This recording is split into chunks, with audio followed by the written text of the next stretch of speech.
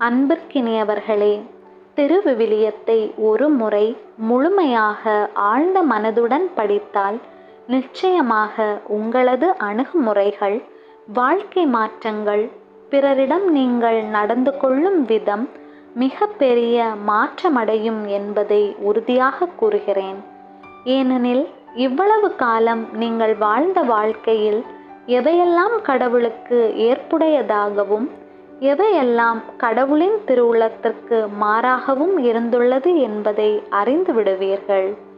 இந்த ஆறுதலின் மூலம் உங்கள் வாழ்வில் நிகழ்ந்த அனைத்து நன்மை, செல்வம், உதவிகள், ஏமாற்றம், இழப்பு, துரோகம், பிரச்சனைகள் ஆகியவற்றின் காரணத்தை அறிந்து கொள்வீர்கள். எனவே இனி வாழ்வின் ஒவ்வொரு நொடியும் எவ்வாறு அணுக வேண்டும் என்ற ஞானம் பிறந்துவிடும்.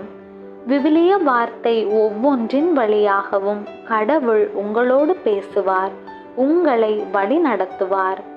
ஆண்டவரின் திருச்சட்டம் நிறைவானது, அது புத்துயிர் அளிக்கின்றது. ஆண்டவரின் ஒழுங்குமுறை நம்பத்தக்கது, எளியோருக்கு அது ஞானம் அளிக்கின்றது. ஆண்டவரின் நியமங்கள் சரியானவை, அவை இதயத்தை மகிழ்விக்கின்றன. ஆண்டவரின் கட்டளைகள் ஒளிமயமானவை, அவை கண்களை ஒளிர்விக்கின்றன. ஆண்டவரின் நீதி நெறிகள் உண்மையானவை, அவை முற்றிலும் நீதியானவை. அவை பொன்னிலும் பசும் பொன்னிலும் மேலாக விலைமிக்கவை. தேனினும் தேனடையினின்று சிந்தும் தெளி தேனினும் இனிமையானவை. இதைவிட விவிலியத்தின் சிறப்பை பற்றி கூற முடியாது. எனவே இன்றே உங்கள் கைகளே என்னை உருவாக்கின, என்னை வடிவமைத்தன.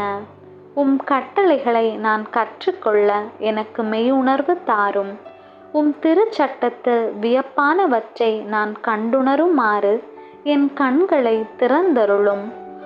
ஊழியன் மீது உமது முக ஒளி வீச செய்யும்.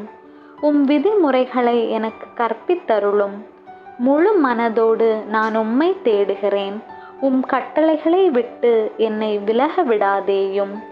பொய் வழியை என்னை விட்டு விலக்கி அருளும். உமது திருச்சட்டத்தை எனக்கு கற்றுத்தாரும் என்று நமது ஆண்டவரிடம் மன்றாடி, நியமங்களை குறித்து நான் சிந்திப்பேன். நெறிகளில் என் சிந்தையை செலுத்துவேன். விதிமுறைகளில் நான் மகிழ்ச்சி உறுகிறேன். வாக்குகளை நான் மறக்க மாட்டேன். ஆண்டவரே, இரவிலும் நான் உமது பெயரை நினைவு கூர்வேன். உமது திருச்சட்டத்தை கடைபிடிப்பேன். ஆண்டவரே, விதிமுறைகள் காட்டும் வழியை எனக்கு கற்றுத்தாரும். நான் அவற்றை இறுதி வரை கடைபிடிப்பேன் என்று உறுதியளித்து விவிலியம் வாசிக்க ஆரம்பிப்போம். ஆமேன்.